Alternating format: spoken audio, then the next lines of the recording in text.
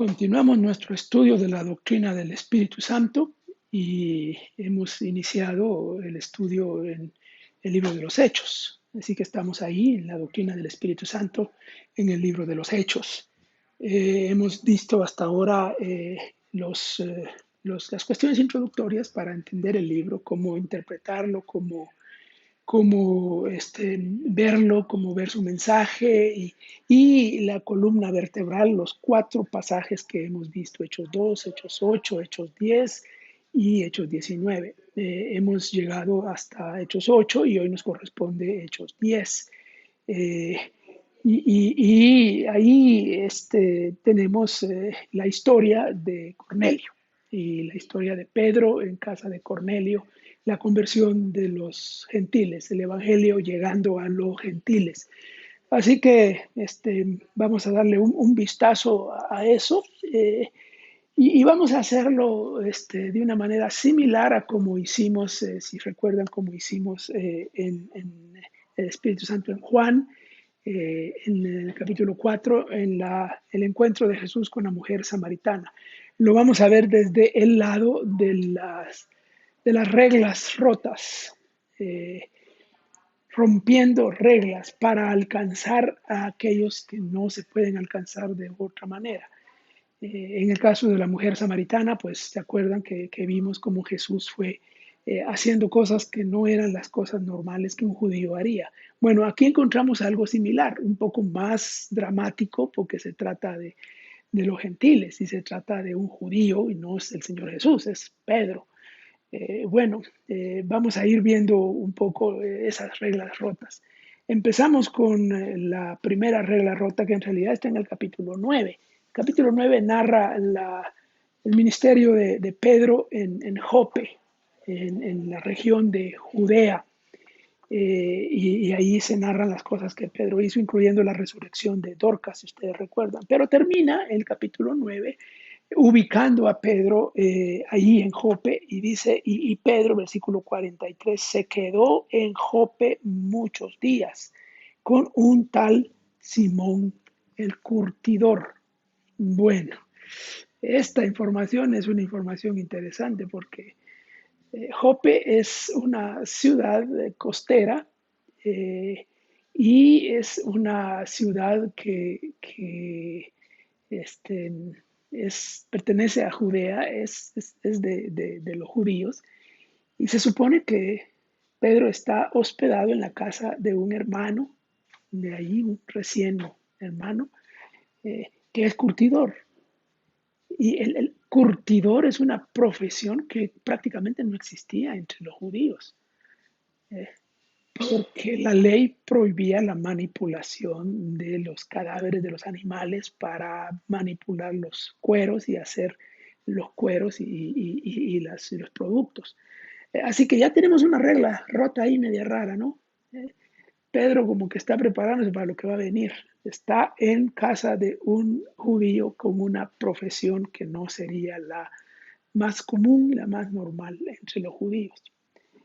Pero luego tenemos la historia, y la historia en los primeros versículos narra que hay Cornelio, un soldado, un oficial del ejército romano.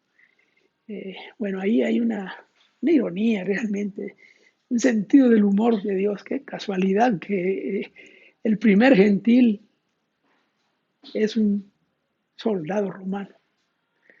Serían las personas más odiadas, ¿no? Las personas a las que menos irían los cristianos a acercarse, los cristianos judíos a acercarse. Pero resulta que este Cornelio era un buen, un buen romano, pues, un buen soldado, se le presenta como bueno, como amistoso, como relacionado con los judíos, haciéndole, incluso haciendo dádivas y dando limosnas. Eh, Ahí está otra regla rota convencional de la cultura. Hay, hay, hay soldados romanos buenos. Bueno, hay un poco de ironía en eso. Y se presenta a Cornelio como una buena persona, francamente. Incluso como alguien sincero, buscando a Dios sinceramente. Y la otra regla ahí dice que Dios escucha las oraciones de Cornelio. ¿Escucha Dios a un pagano? Bueno, algunos dicen que Cornelio ya no era pagano, sino que era un prosélito judío. Bueno, no tanto, porque el resto de la narración nos va a presentar a Cornelio realmente como un pagano, prácticamente adorando a Pedro cuando llega a su casa. ¿Escucha Dios a los paganos? Esa es una pregunta importante. Eh, o escucha Dios solamente a los de su pueblo. Solo a los judíos escucharía. Bueno, aquí dice que escucha a Cornelio, lo escuchó. ¿Ah? Bueno, y luego aparece Pedro, Pedro viendo una visión, ¿no? El lienzo que baja del cielo con toda clase de animales inmundos y la voz que desde el cielo le dice, mata y come por 3 veces. Y Pedro dice, no, no, no. ¿Por qué dice no? Pues porque para él eso era prohibido. La ley prohibía comer esos animales que aparecían en ese lienzo que estaba bajando. O sea, él no estaba haciendo nada incorrecto, estaba cumpliendo con lo que la ley decía. Pero esa voz, que se entiende que es Dios hablando con Pedro, le insiste y le dice, mata y come. Bueno, Dios viola su propia ley, porque la prohibición era parte de la ley de Moisés. Y ahora aquí ya no. ¿Qué pasó? ¿De qué se trata?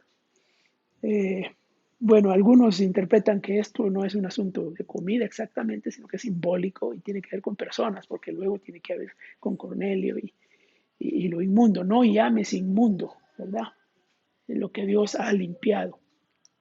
Eh, pero veremos que no es tanto así, que sí tiene un carácter simbólico y habla de los gentiles, pero también tiene un carácter bastante literal, eh, por lo que va a pasar más adelante.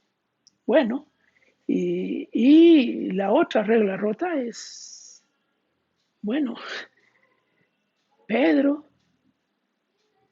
hospeda en una casa ajena, en la casa de Simón el curtidor, a los mensajeros que había enviado Cornelio, que eran gentiles, mensajeros, soldados probablemente, soldados. ¿eh? Este, Parece que eran soldados los que llegaron a buscar a Pedro, que Cornelio los envió, y los hospeda. ¿Desde cuándo un judío hospedaba a gentiles en casa? Y de hecho ni era su casa, era la casa de alguien más. No, Pedro parece que está haciendo cosas que no debería.